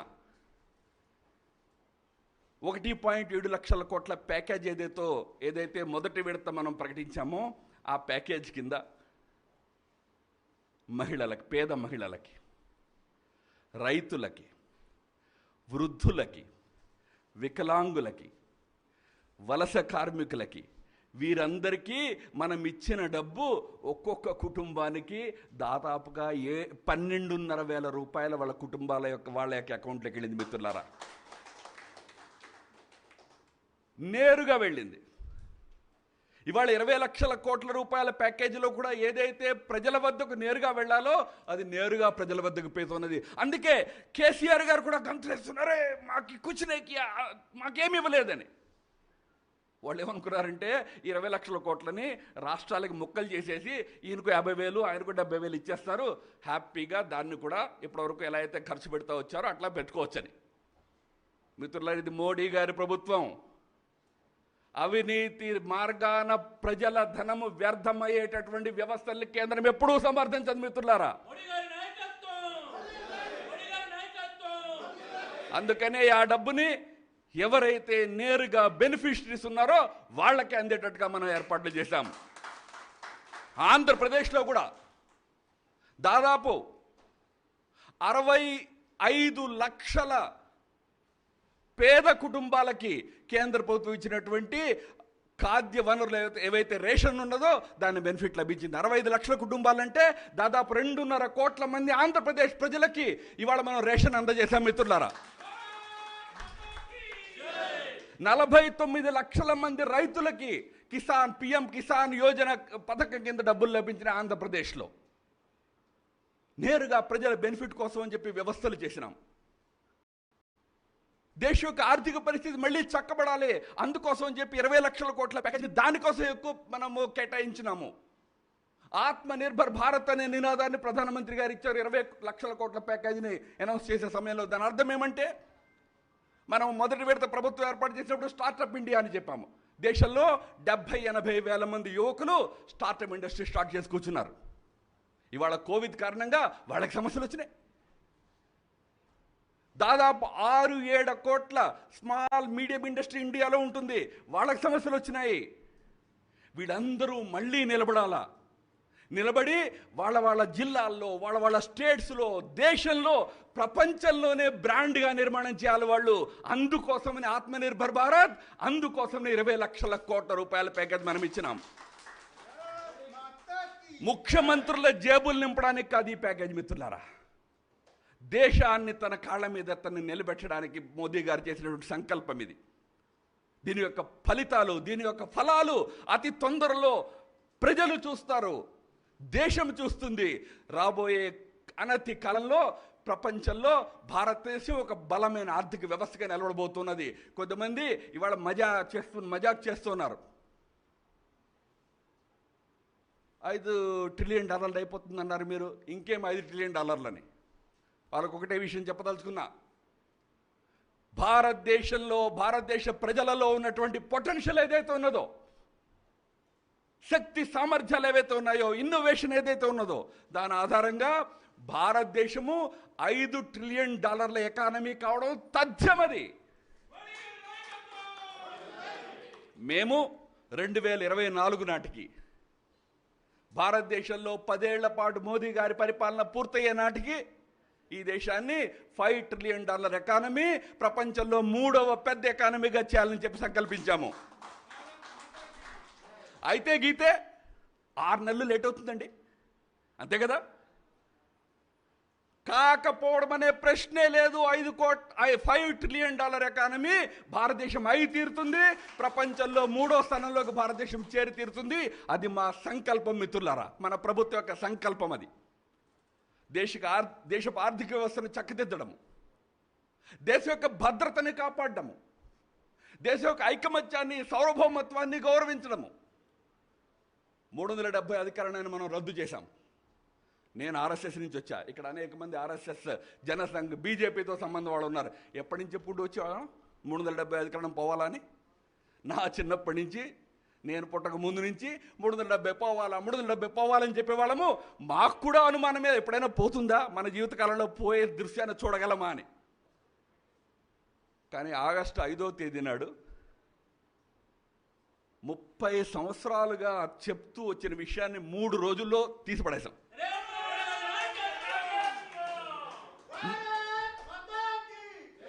మాలాంటి వాళ్ళకి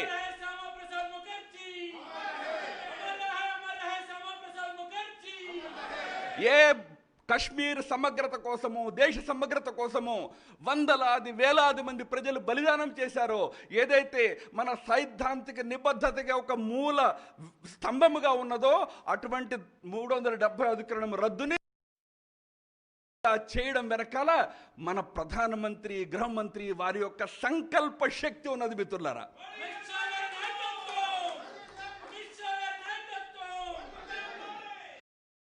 ఆశ్చర్యం వేసింది. ఇంత ఈజీగా తీసేటట్లయితే లేట్ ఎందుకు అయిందండి అని చెప్పి. ఎప్పుడో తీసేయచ్చు కదా ఇంత ఈజీ అయితే. కానీ అది చేయడానికి అవసరమైన దృఢ సంకల్పము, నిష్ఠ కలిగిన నాయకత్వం కావాలా. అది మన దగ్గర వాడు ఉన్నది మిత్రులారా. కనుకనే వాళ్ళ కాశ్మీర్ సురక్షితంగా ఉన్నది. మనం 370 అధికరణను రద్దు చేయగానే కాశ్మీర్లో ప్రజలు ఆనందంగానే ఉన్నారు. వాళ్ళు ఎవరు కంప్లైంట్ చేయలే. మీరు చూశారు గత 8-9 నెలల్లో. మీరు విన్నారా రాళ్ళు ఇసరడాన్ని? మీరు విన్నారా కాశ్మీర్లో రోడ్ల మీద ఏదైనా ప్రజలు అల్లరి చేస్తున్నారని? కొంతమంది చెప్పచ్చు, సరే మీరు ఆర్మీని పెట్టారని. ఏం పెట్టలే, నేను కాశ్మీర్ని గత 10 సంవత్సరాలుగా చూస్తున్నా, 5 ఏళ్ళుగా నేను రాజకీయంగా కూడా చూస్తున్నా, 6 ఏళ్ళుగా. కాశ్మీర్ ప్రజలకి రోడ్ల మీద ఆర్మీని చూడడం కొత్త ఏం కాదు, 30 ఏళ్ళుగా చూస్తున్నారు. అయినా గతంలో రోడ్డు మీదకి వచ్చి రాళ్ళు ఇసిరేవారు. అయినా గతంలో వేల సంఖ్యలో ఆందోళనకు దిగేవారు, హింసకు పాల్పడేవారు. కానీ T70 తీసేసిన తర్వాత ఒక్కసారి కూడా పెద్ద సంఖ్యలో ప్రజలు అక్కడ వ్యతిరేకంగా ప్రతిస్పందించలే. కారణం ఏమంటే 370 అధికరణం కింద 70 ఏళ్ల పాటు నాయకులు మరింత పెద్ద సంపన్నవంతులైపోవడము, వారి అధికారాలు పెరగడాన్ని వాళ్ళు చూశారు. ప్రజల జీవితాల్లో మార్పు రాలే. కాబట్టే మోదీ గారి మీద విశ్వాసంతో ఒకసారి 370 పోయిన తర్వాత మన జీవితం ఎలా ఉంటుందో చూద్దాము అని ప్రజలు ఇవాళ ఆ కొత్త పరిస్థితిని స్వాగతించడానికి కాశ్మీర్లో కూడా సిద్ధంగా ఉన్నారు మిత్రులారా. పక్కనున్న పాకిస్తాన్కి నిద్రపడడంలా తీవ్రవాదుల్ని చొప్పించే ప్రయత్నం చేస్తున్నది. కానీ మన భద్రతా దళాలు పకడ్బందీగా కాశ్మీర్తో మనకున్నటువంటి లైన్ ఆఫ్ కంట్రోల్ కానివ్వండి, ఇంటర్నేషనల్ బోర్డర్ని కానివ్వండి, రెండింటినీ కూడా గస్తీ కాస్తూ ఉన్నాయి. రోజు అనేక మంది తీవ్రవాదుల్ని మనం మట్టుబెడుతూ ఉన్నాము. సరిహద్దు మీదనే సమాప్తం అయిపోతున్నారు, లోపలికి చేరలేకపోతున్నారు, దూరలేకపోతున్నారు. ఎవడైనా మొత్తానికి ప్రయత్నం చేసి ఇక్కడి నుంచి దూరితే కూడా 15 రోజుల్లో వాళ్ళ యొక్క ప్రదేశానికి వాళ్ళు పంపించేస్తూ ఉన్నాం. 15 రోజులు. ఇదివరకు ఒక తీవ్రవాది కాశ్మీర్ వ్యాలీలో గుసాయిస్తే వాడు 3 ఏళ్ళు 4 ఏళ్ళు అక్కడ చేస్తూ ఉండేవాడు అకృత్యాలు. ఇవాళ కాశ్మీర్ వ్యాలీలో తీవ్రవాదులు గనక ప్రవేశించడంలో గనక సఫలమైతే కూడా 15 రోజుల నుంచి 1 నెల రోజుల కంటే ఎక్కువ రోజులు వాళ్ళు జీవించి ఉండలేరు. అటువంటి పకడ్బందీ భద్రతా వ్యవస్థను ఏర్పాటు చేశాము. గత 1 వీక్లో 10 మందిని పైకి పంపించాం. 2 వారాల్లో దాదాపు 30 మంది, 27 మంది పైకి వెళ్ళారు. వారి స్థలానికి పంపిస్తుండడానికి వ్యవస్థ మనకి పక్కాగా ఉన్నది. దేశ భద్రత విషయంలో, దేశ సమగ్రత విషయంలో ఎంతో నిష్ఠతో కట్టుబడి ఉన్నటువంటి ప్రభుత్వం మనది మిత్రులారా. ముందు 5 ఏళ్లలో ఏం చేశాము కన్నా గారు కూడా ప్రస్తావించారు. సర్జికల్ స్ట్రైక్స్ వగేరా వగేరా 5 ఏళ్ల చరిత్రను మీరు చూశారు. అదే చరిత్ర ఈరోజు కొనసాగుతున్నది. దేశ భద్రత విషయంలో నో కాంప్రమైజ్. అది పాకిస్తాన్ అయినా చైనా అయినా కూడా. ఇవాళ చైనా మన దేశంలోకి చొరబడుతున్నది అనే ప్రచారం పెద్ద ఎత్తున జరుగుతున్నది. మీకు ఒక విషయం మీ ద్వారా ఆంధ్రప్రదేశ్ ప్రజలకు నేను తెలియజెప్పదలుచుకుంటున్నా. 1 ఇంచి భారత భూభాగం మీద కూడా విదేశీ సైనికుడు నిలబడేటువంటి ప్రశ్నే లేదు. ఇండో టిబెట్ సరిహద్దులో కొన్ని ప్రదేశాలని వివాదాస్పదంగా మార్చి మన పొరుగునున్నటువంటి చైనా పదే ఈ విధంగా చొరబడేటటువంటి ప్రయత్నాన్ని చేస్తూ వచ్చింది. ఇవాళ మొదటిసారి కాదు మిత్రులారా. 2013లో యూపీఏ ప్రభుత్వం ఉన్నప్పుడు పత్రికల్లో 4 నెలల పాటు వార్తలు వచ్చాయి. 4 నెలలు ఇండియా భూభాగంలో 30 కిలోమీటర్లు చొచ్చుకుని వచ్చి టెంట్స్ వేసుకుని డెప్సాంగ్ వ్యాలీ ఏరియాలో 30 కిలోమీటర్ల లోపలికి వచ్చి వాళ్ళు కూర్చున్నారు అని పత్రికలు రాసిన పరిస్థితిని గుర్తు చేసుకోవాలి. ఇవాళ ఏసీ భవనాల్లో కూర్చుని రాహుల్ గాంధీ గారు గాలిబ్ కవిత్వాన్ని చదివి ఏదో టిబెట్ సరిహద్దులో కొంపలు అంటుకుపోతున్నాయి అనే ప్రపంచాన్ని తప్పుదో పట్టించే ప్రయత్నం చేస్తూ ఉన్నారు. రాహుల్ గాంధీ గారు గాలిబ్ని పూర్తిగా చదువుకుంటూ కూర్చోవాలా, మాకేం అభ్యంతరం లేదు. హ్యాపీగా కవిత్వం చదువుకుంటూ కూర్చోండి. దేశం యొక్క బాధ్యత, సరిహద్దుల యొక్క బాధ్యత మోదీ గారి మీద వదిలిపెట్టండి. మీరేమి చింతించక్కర్లే. రాజకీయం లేదు సరిహద్దుల విషయంలో. యూపీఏ, ఎన్డీఏ, మన్మోహన్ సింగ్, మోదీ ఏమీ లేదు. మనందరము కలిసి భారతదేశపు సార్వభౌమాధికారము, భారతదేశ భూభాగం విషయంలో ఒక్కొక్క ఇంచుని రక్షించడం కోసమని ప్రభుత్వం వెనక 130 కోట్ల మంది ప్రజలు ఏకమత్యంగా నిలబడాలి మిత్రులారా. ఇవాళ ప్రభుత్వము మోడీ గారి నాయకత్వంలో సరిహద్దుల విషయంలో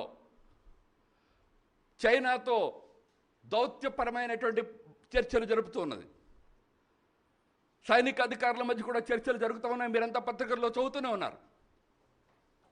ఒక పక్క చాలా యాక్టివ్గా ప్రొయాక్టివ్గా చర్చలు జరుపుతూనే మరోవైపు జమీన్ పర్ ల్యాండ్ మీద ఒక అంగుళము భూమి మీద కూడా ఇతర దేశపు సైనికులు అడుగు పెట్టకుండా మన సైనికులు ఒక దీవార్లాగా నిలబడున్నారు. అక్కడ ఒక గోడలాగా నిలబడున్నారు ఇవాళ అక్కడ. ఇది మోడీ గారి ప్రభుత్వం.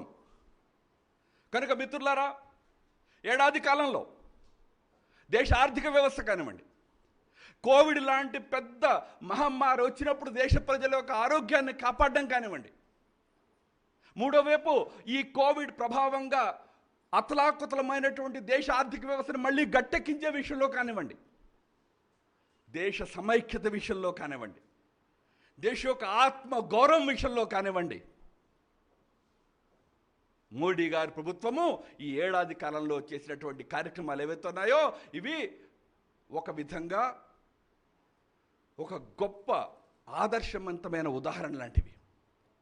ఎందుకు చెప్తున్నానంటే, ముఖ్యంగా కోవిడ్తో మన ప్రభుత్వము సంఘర్షణ చేసినటువంటి తీరు, లీడర్షిప్ ఎలా ఉండాలా అటువంటి క్రైసిస్ వచ్చినప్పుడు అనడానికి ఒక ఎగ్జాంపుల్, లీడర్షిప్ లెసన్స్ మన ప్రభుత్వం నుంచి, మన నాయకత్వం నుంచి ప్రపంచం నేర్చుకోవచ్చు ఇవాళ. అటువంటి ఉదాహరణను ప్రస్తుతించినటువంటి నాయకత్వం మన నాయకత్వం మిత్రులారా. ప్రపంచంలో దేశాల్లో కోవిడ్తో ఫైట్ చేయడం కోసమని అయితే నాయకులు ఒకరితో ఒకరు కొట్లాడుకుంటూ ఉన్నారు. అమెరికాలో దృశ్యం మీరు చూస్తూ ఉన్నారు. ట్రంప్తో గవర్నర్లు కొట్లాడుతున్నారు, గవర్నర్లతో ట్రంప్ గారు కొట్లాడుతూ ఉన్నారు. అనేక దేశాల్లో ఆర్మీలని రోడ్ల మీద దించాల్సిన పరిస్థితి వచ్చింది. కొన్ని దేశాల్లో అయితే, బ్రెజిల్ లాంటి దేశాల్లో అయితే వాళ్ళ దేశాధ్యక్షుడే చేతులెత్తేసాడు, చచ్చే వాళ్ళని చావనివ్వండి, నాకేం తెలియదు, లాక్డౌన్ లేదు, ఏం లేదు, నా దుకాణాలు నేను నడుపుకుంటా అని అసహాయ స్థితిలో దేశాధ్యక్షులు నిలబడ్డారు. కానీ మన దేశంలో ప్రజాస్వామ్య వ్యవస్థల లోపలే ఉంటూ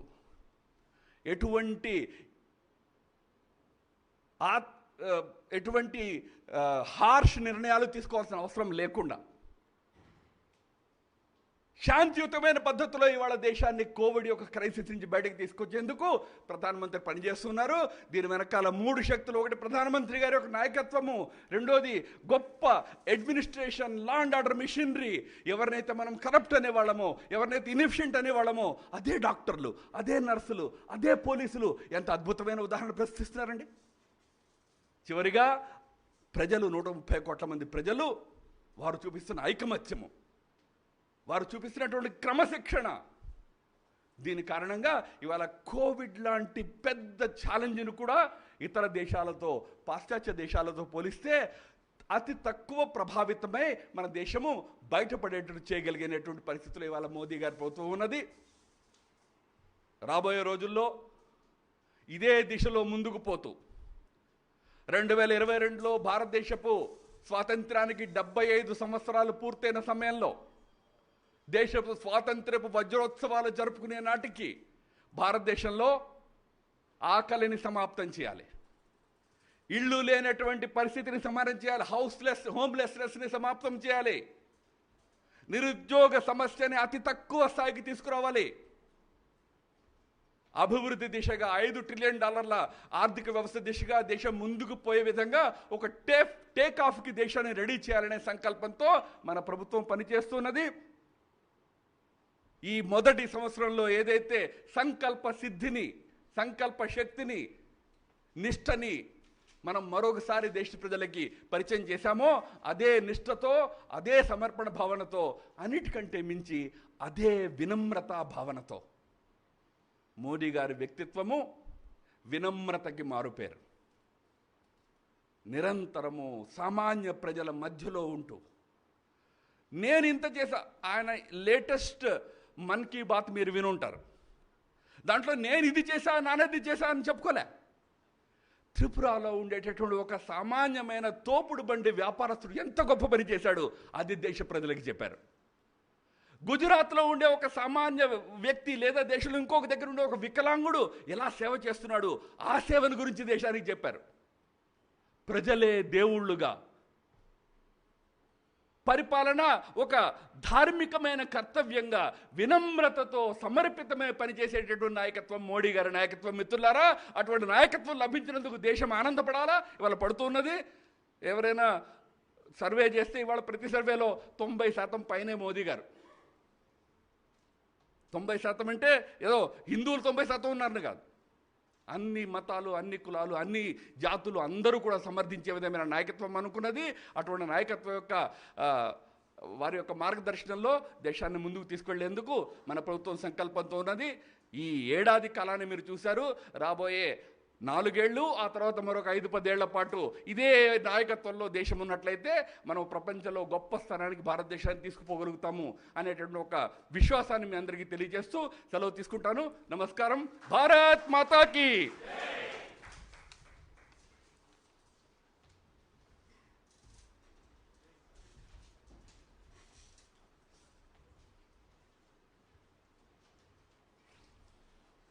ఇప్పుడు జాతీయ కార్యదర్శి సత్యకుమార్ గారు ఈ సంకల్ప పత్రాన్ని చదువుతారు. మనం అందరం కూడా మరి సంకల్పం చేపట్టాలని చెప్పేసి ఈ సందర్భంగా తెలియజేస్తా ఉన్నాను.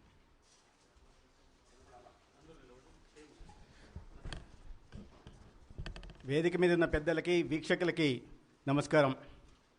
మిత్రులారా, ఏ రకంగానైతే అంచనాలకు అతీతంగా జమ్మూ కాశ్మీర్లో భారతీయ జనతా పార్టీ సంకీర్ణ ప్రభుత్వంలో ప్రధాన భూమికను వహించారో, అదే రకంగా అధికరణ 370 రద్దులో ప్రధాన భూమికను వహించిన రామ్ మాధవ్ గారికి అభినందనలు తెలియాల్సిందిగా మీ అందరికీ నేను కోరుకుంటున్నాను. భిన్నత్వంలో ఏకత్వం భారతీయ సంస్కృతి వైశిష్టం. భిన్న ధృవాలు, ఎన్నో భిన్న మనస్తత్వాలు, ఎన్నెన్నో విభిన్న సంస్కృతులు, సిద్ధాంతాలు ఉన్న మన దేశంలో 135 కోట్ల భారతీయులను ఒక తాటి మీదకి తీసుకొచ్చి కరోనా మహమ్మారి మీద మనం చేస్తున్న పోరాటంలో ఒక సైనికుడిగా ముందుంటూ యుద్ధం చేస్తున్న మన ప్రియతమ ప్రధాని నరేంద్ర మోడీ గారి స్వప్నం నిర్భర భారత్, ఒక సమృద్ధ, స్వయం సమృద్ధ, స్వావలంబన భారత్. ఆ స్వప్నాన్ని సాకారం చేసేటందుకు మనమందరము సంకల్పిద్దాం, వారికి సంఘీభావం తెలుపుదాం, వారి వెంట నడుద్దాం. నేను సంకల్పాన్ని చదివి వినిపిస్తాను, మీరందరూ గొంతు కలపాల్సిందిగా మీ అందరినీ కోరుకుంటున్నాను.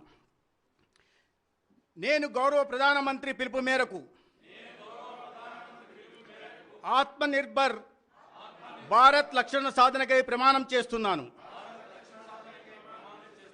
భారత రాజ్యాంగానికి నిబద్ధుడైన పౌరుడిగా నా కర్తవ్యాలను నిర్వర్తిస్తాను. నేను సమాజంలో జాతీయ ఐక్యత, ప్రజాస్వామ్య విలువలు, సమాజ స్థాపన, సర్వమత సమానత్వం విలువలతో కూడిన రాజకీయాలను ప్రోత్సహిస్తాను.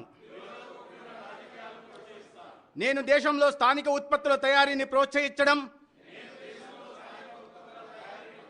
ఒక మిషన్ తరహాలో చేపడతాను.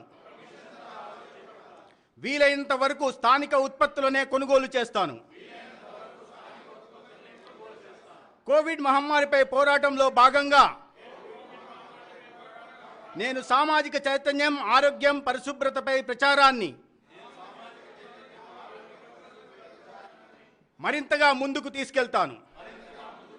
భారత్ మాతా కీ, భారత్ మాతా కీ.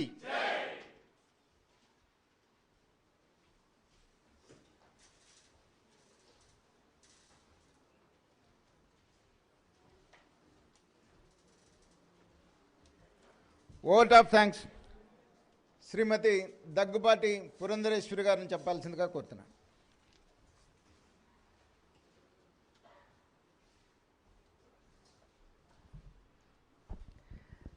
సభాయ నమః అంటూ సభా సరస్సుకి నమస్కరిస్తూ, ముందుగా పెద్దలు జాతీయ ప్రధాన కార్యదర్శిగా బాధ్యతలు చేపట్టినటువంటి సమర్థవంతంగా తన బాధ్యతల్ని నిర్వర్తిస్తున్నటువంటి పెద్దలు రామ్మాధవ్ గారికి హృదయపూర్వక ధన్యవాదాలు తెలియజేస్తున్నాను.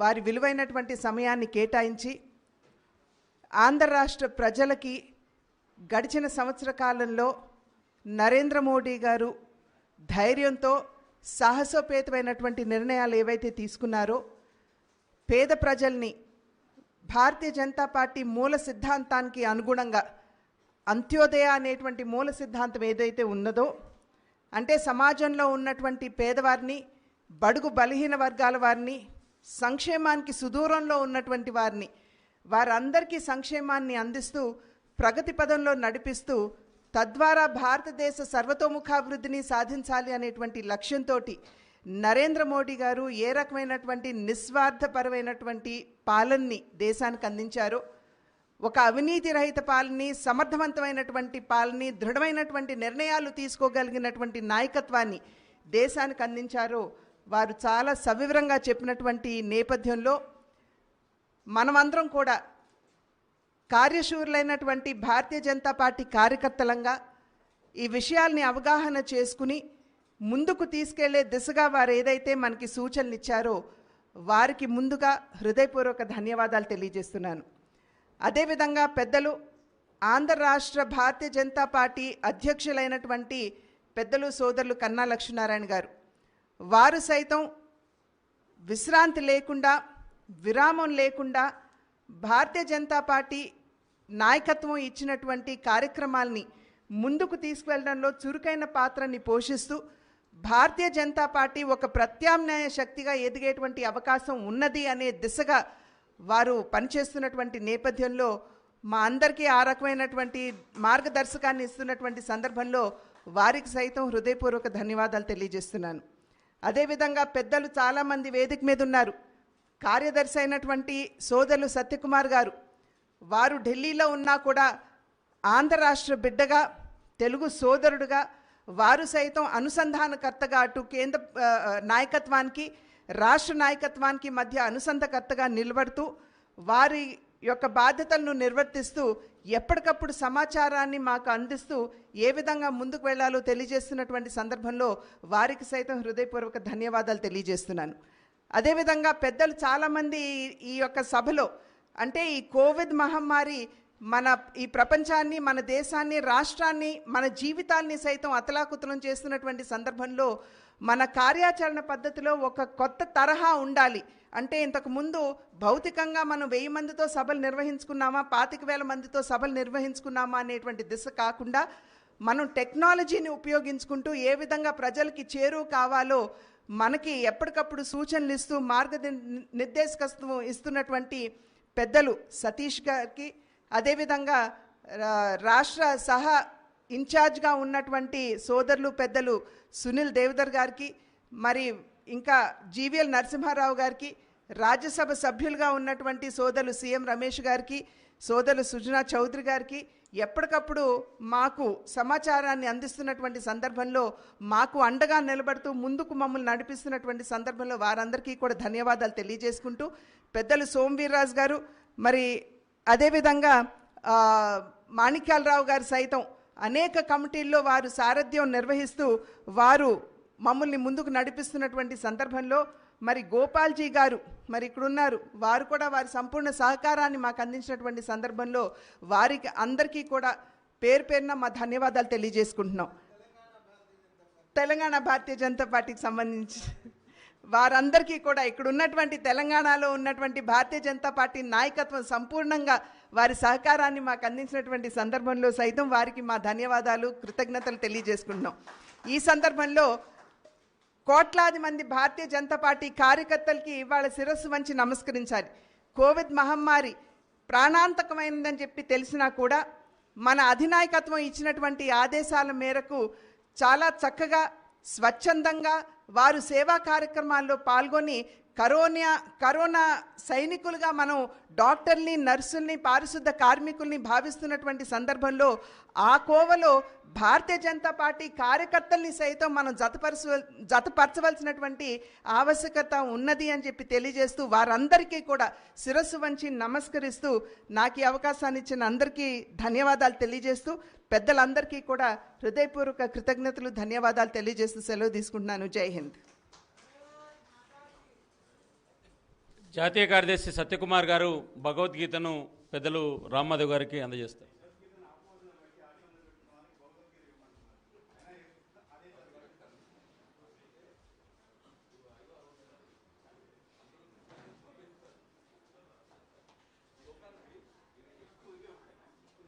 గోషామాల్ కాన్స్టిట్యున్సీ గోపాల్జీ, అదేవిధంగా గోషామాల్ కాన్స్టిట్యున్సీ సంబంధించినటువంటి కార్యకర్తలు రామ్మాధవ్ గారికి భౌతిక దూరం పాటించాలి. గోపాల్జీ అందరూ భౌతిక దూరం పాటించాలి. ఆంధ్రప్రదేశ్ రాష్ట్ర వర్చువల్ విభాగానికి సంబంధించి ఈ కార్యక్రమంలో పాల్గొన్న పెద్దలు పారసారథి గారు, ఐఆర్ఎస్, అదేవిధంగా ఈ వర్చువల్ విభాగానికి సంబంధించినటువంటి నీలకంఠ గారు, నల్లి గారు, అదేవిధంగా వినీష్ గారు రాష్ట్ర వర్చువల్ విభాగం నుంచి అభినందనలు, ధన్యవాదాలు.